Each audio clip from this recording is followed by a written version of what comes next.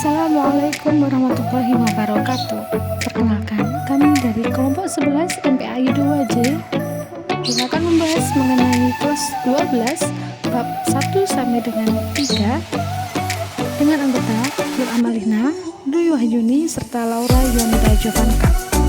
Yang nantinya pada bab pertama akan dibahas oleh Nur Amalina, kemudian bab kedua akan dibahas oleh Dwi Wahyuni, dan yang ketiga ada Laura Yonita Jovanka. Bab 1 kita akan membahas mengenai bersatu dalam keagamaan dan demokrasi. Demokrasi dalam Islam. Allah berfirman pada Quran surat Al-Imran ayat 159 yang berbunyi, Bismillahirrahmanirrahim. Wa bi rahmatin minallahi talahum wa kunta fazzun ghalizul qalbi law faddu min hawlik fa'fu anhum wastaghfir lahum wa syawirhum fil amr fa idza azamta fatawakkal 'ala Allah innallaha yuhibbul mutawakkilin. Yang artinya, maka disebutkan rahmat dari Allah, kamu berlaku lemah lembut terhadap mereka. Sekiranya kamu bersikap keras lagi berhati kasar, setelah mereka menjauhkan diri dari sekelilingmu. Karena itu, maafkanlah mereka, mohonkanlah ampun bagi mereka, dan bermusyawaratlah dengan mereka dalam urusan itu. Kemudian, apabila kamu telah membuatkan tekad, maka bertakwalah kepada Allah. Sesungguhnya Allah menyukai orang yang bertawakal kepadanya. Baik, ayat ini menjelaskan bahwa meskipun dalam keadaan genting, seperti terjadinya pelanggaran yang dilakukan oleh sebagian kaum muslim dalam perang Uhud sehingga menyebabkan kaum muslim menderita kekalahan, tetapi Rasulullah SAW tetap lemah lembut dan tidak marah terhadap para pelanggar, bahkan memaafkan dan memohonkan ampun untuk mereka. Seandainya Rasulullah bersikap keras, tentu mereka akan menaruh benci kepada beliau. Dalam pergaulan sehari-hari, beliau juga senantiasa memberi maaf terhadap orang yang berbuat salah sambil memohonkan ampun kepada Allah terhadap kesalahan-kesalahan mereka. Di samping itu, Rasulullah SAW juga senantiasa bermusyawarah dengan para sahabatnya tentang hal-hal yang penting, terutama dalam masalah peperangan. Oleh karena itu, kaum muslim patuh terhadap keputusan yang dibuat tersebut karena merupakan keputusan mereka bersama Rasulullah SAW. Mereka telah berjuang dengan tekad bulat di jalan Allah SWT. Nah, dari ayat ini kita dapat belajar bahwasanya setiap permasalahan itu lebih baik dibicarakan dengan baik-baik dan senantiasa untuk saling memaafkan, seperti yang dilakukan oleh Rasulullah SAW dengan para pengikutnya. Demokrasi. Yang pertama, permasalahan yang menjadi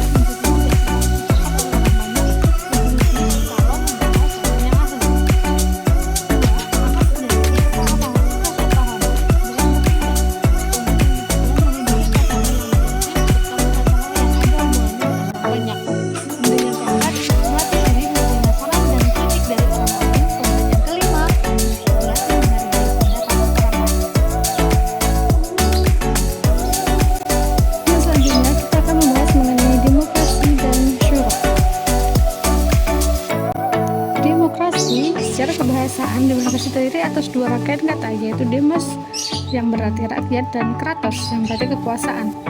Secara istilah, kata demokrasi ini dapat ditinjau dari dua segi makna. Pertama, demokrasi dipahami sebagai suatu konsep yang berkembang dalam kehidupan politik pemerintah yang di dalamnya terdapat penolakan terhadap adanya kekuasaan yang terkonsentrasi pada satu orang dan menghendaki peletakan kekuasaan di tangan orang banyak atau rakyat, baik secara langsung maupun dalam perwakilan. Kemudian yang kedua, yaitu demokrasi dimaknai sebagai suatu konsep yang menghargai hak-hak dan kemampuan individu dalam kehidupan masyarakat. Kemudian pengertian syura. Menurut bahasa, dalam kamus Mu'jam Makhayis Al-Lugah, syura memiliki dua pengertian, yaitu menampakkan dan memaparkan sesuatu atau mengambil sesuatu.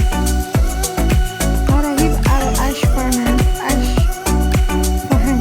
dalam kitabnya Al-Mufradat fi Ulumul Quran mendefinisikan syura sebagai proses mengemukakan pendapat dengan saling mengoreksi antara peserta syura.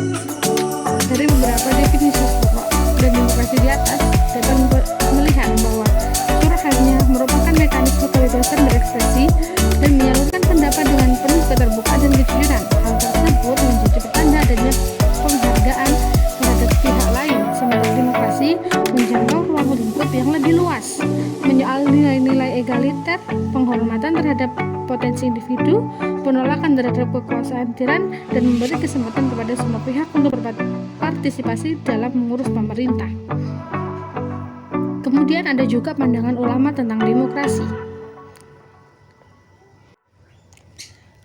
Pandangan ulama tentang demokrasi di sini kami menyajikan 3, yaitu Abdul A'la Al-Maududi, yang dimana pendapatnya Islam tidak dikenalkan atau mengenal paham demokrasi yang memberikan kekuasaan besar, bahkan kekuasaan penuh kepada rakyat untuk menetapkan semua hal-hal yang berkaitan dengan roda pemerintahan yang detail maupun skala besar.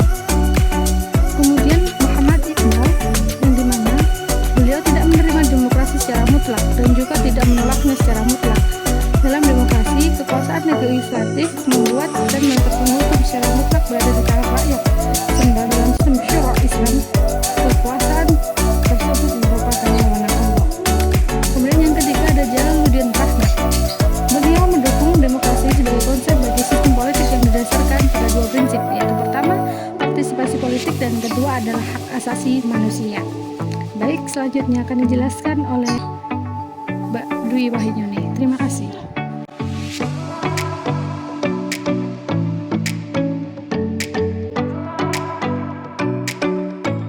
Menyembah Allah Subhanahu wa Ta'ala dengan ungkapan rasa syukur, berbuat baik kepada semua orang sebagai bentuk ungkapan rasa syukur kepada Allah Subhanahu wa Ta'ala. Rasulullah SAW menganjurkan dengan sangat agar kita memuliakan orang tua, terutama ibu. Rasulullah SAW sangat rajin beribadah meskipun dosa-dosanya sudah diampuni, karena semua ibadah dan kebaikan yang dilakukan beliau adalah wujud kesyukuran kepada Allah Subhanahu wa Ta'ala atas segala karunia yang Allah anugerahkan. Di dalam Quran surat Luqman ayat 13 dan 14 yang artinya, dan ingatlah ketika Luqman berkata kepada anaknya di waktu ia memberi pelajaran kepadanya, hai anakku, janganlah kamu mempersekutukan Allah Subhanahu wa Ta'ala.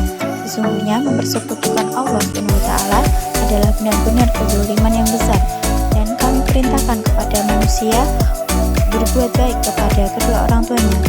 Ibunya telah mengandungnya dalam keadaan lemah yang bertambah-tambah dan menyapitnya dalam 2 tahun. Bersyukurlah kepadaku dan kepada kedua orang tuamu, hanya kepadakulah yang kembalimu. Ciri orang yang bersyukur. Menurut Watkins PC, Woodward, Gaston, T. dan Coates RL dalam jurnalnya, beberapa ciri yang akan ditunjukkan orang bersyukur. Orang yang bersyukur tidak akan merasa kekurangan dalam hidup, karena mereka akan memiliki rasa kelimpahan. Mereka akan mengakui kontribusi orang lain untuk kesuksesan dan kesejahteraan mereka. Mereka juga akan menghargai kesenangan hidup yang sederhana dan akan mengakui pentingnya mengalami dan mengekspresikan rasa terima kasih. Cara mensyukuri nikmat dan karunia Allah. Yang pertama yaitu tidak banyak mengeluh atas kekurangan-kekurangan yang ada. Kedua, bersabar atas musibah yang terjadi, seperti di dalam Quran surat Al-Baqarah ayat 155 yang artinya, dan kami benar-benar akan menguji kalian dengan sesuatu berupa kekuatan, kelaparan, dan kekurangan harta, jiwa, dan buah-buahan. Maka gembirakanlah orang-orang penyabar. Yang tiga, tidak merasa iri hati terhadap kelebihan nikmat Allah yang diberikan kepada orang lain, seperti dalam surat An-Nisa ayat 32 yang artinya, dan janganlah kalian iri hati terhadap apa yang dilebihkan Allah kepada sebagian kalian di atas sebagian yang lain. Bagi orang laki-laki ada bagian dari apa yang mereka usahakan, maka mintalah kepada Allah dari karunia-Nya. Sesungguhnya Allah atas segala sesuatu Maha mengetahui. Yang keempat yaitu menggunakan setiap nikmat Allah secara benar dan bertanggung jawab seperti disebutkan dalam Al-Quran surat Ibrahim yang artinya, jika kalian bersyukur, aku akan benar-benar menambah nikmatku kepada kalian. Yang kelima yaitu berbagi kenikmatan dengan orang lain. Dan yang keenam, mencintai apa yang Allah cintai dan membenci apa yang Dia benci.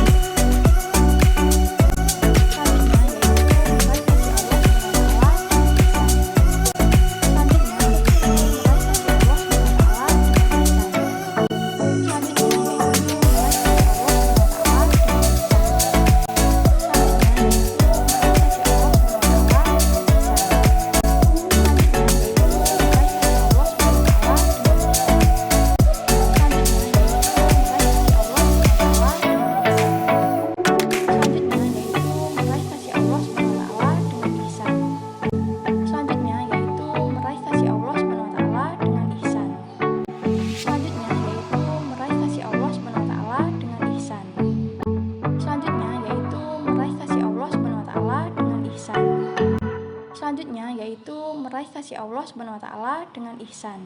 Selanjutnya yaitu meraih kasih Allah Subhanahu wa taala dengan ihsan. Selanjutnya yaitu meraih kasih Allah Subhanahu wa taala dengan ihsan. Selanjutnya yaitu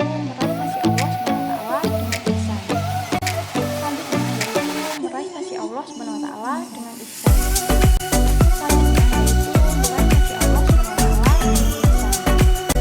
Selanjutnya yaitu meraih kasih Allah Subhanahu wa taala dengan ihsan.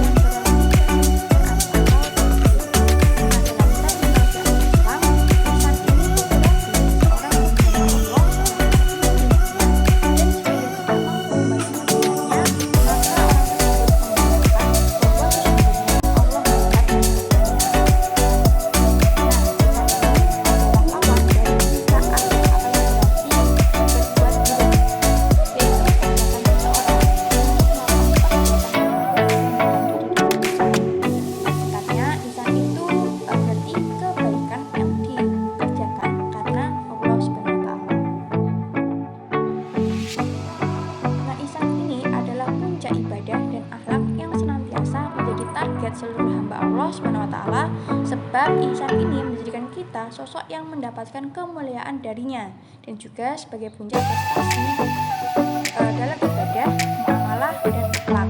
Nah, oleh karena itu, semua orang yang menyadari akan hal ini tentu akan berusaha dengan seluruh potensi diri yang dimilikinya agar sampai pada tingkat tersebut. Nah, siapapun kita, apapun posisi kita, di mata Allah tidak ada yang lebih mulia dari yang lain, kecuali mereka yang telah mulai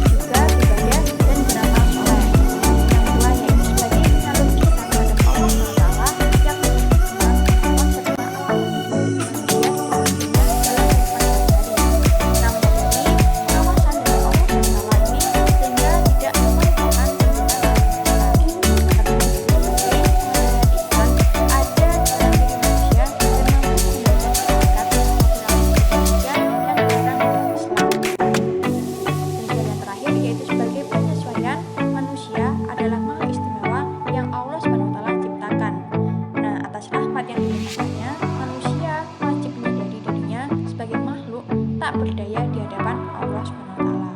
Nah, dapat digarisbawahi bahwa hikmah dan juga manfaat ihsan ini ialah manusia mengakui keberadaan Sang Pencipta Allah SWT,